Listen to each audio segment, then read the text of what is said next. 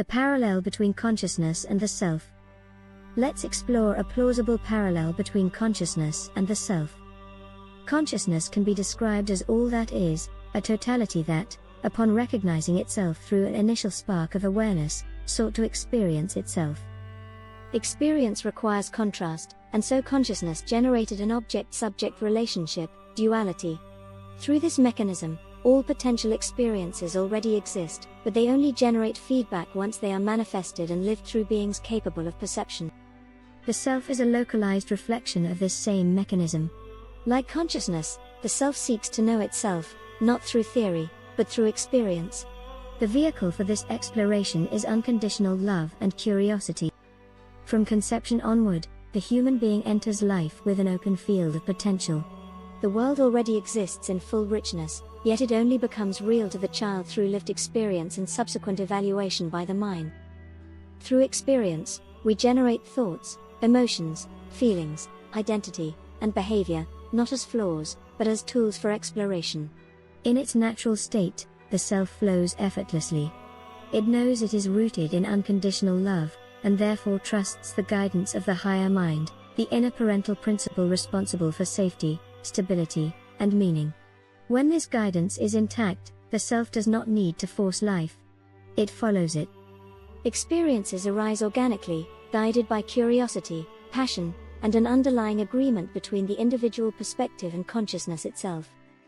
These are flexperiences, or relaxperiences, experiences born from trust, safety, and openness. The human disruption. For many, this natural flow is disrupted early. Experiences during pregnancy and early childhood often teach the child, implicitly or explicitly, that unconditional love must be earned. Trust in the higher mind is discouraged in favor of using your senses, being strong, or being independent. In this moment, something critical happens. The ego, whose natural role is to observe, translate, and execute, is promoted into the role of navigator. The higher mind, the true parent, is exiled. Mistrusted. The child is now expected to provide safety, stability, direction, and identity for itself. This is psychological parentification at its deepest level. Like any parentified child, the ego is not equipped for this role.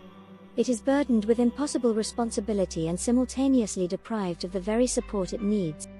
It becomes angry, fearful, and hypervigilant, not because it is flawed, but because it has been abandoned by the real parent. Yet the agreement to experience life still stands. And so the ego takes over the experience department. To survive, it develops strategies, control, manipulation, suppression, performance, hoarding, lying, pleasing, dominating, everything a parentified child does to maintain safety in an unsafe system. These strategies generate what we can call laxperiences, experiences driven by fear of loss, scarcity, and disconnection. This is the human dilemma. The search for the self.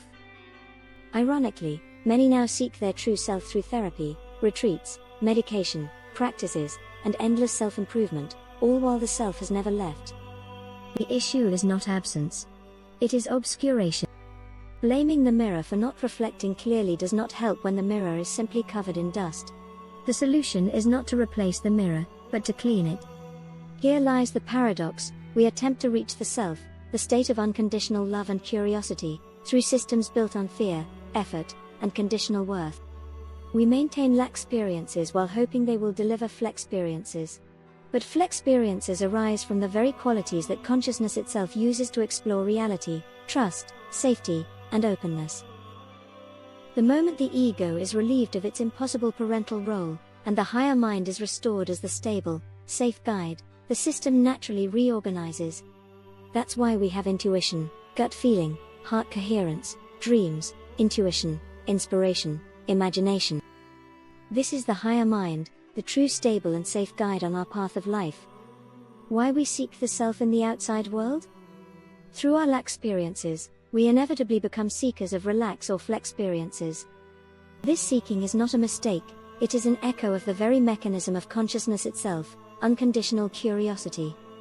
Just as consciousness requires an object-subject relationship to perceive and experience itself, the human self, having lost access to its inner sense of wholeness, turns outward. The outside world becomes the mirror through which it hopes to observe, recognize, and finally experience and reclaim itself. We seek our own self in relationships via the other, achievements, healing modalities, spirituality, success, love, recognition, and meaning, not because we are naive, but because observation requires something to observe. And the outside world is what we can see. In this sense, seeking the self through external experiences is entirely logical. It mirrors the way consciousness itself explores potential through manifestation. The tragedy is not the seeking, the tragedy is the misunderstanding of what the external world can actually provide. Objects, people, experiences, and identities can reflect the self, but they can never deliver it. The end of seeking like consciousness, the ultimate realization is not found in accumulating experiences, but in returning to the original state, to know oneself without the necessity of an object-subject relationship. Our lack-experiences and, hopefully, relax-experiences are a meaning to an end. Not to stay stuck in the memory or the circumstances of the lack-experience, but to use it as an evaluation tool.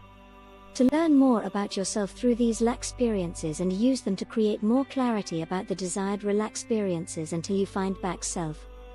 This is the moment the frantic seeker stops seeking frantically.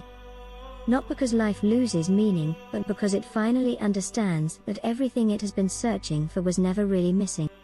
All seeking was eventually aimed at illusions, not because the world is false, but because wholeness cannot be found where it was never lost.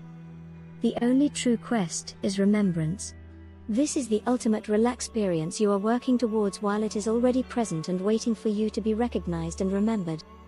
To remember that what we are seeking, we already are, wholeness, as an expression of all that is. From this remembrance, experience does not end. It transforms. Life continues, but no longer as a hunt for completion. It becomes expression, curiosity, and play. Experiences arise not as rewards, but as the natural movement of a system that has come home to itself.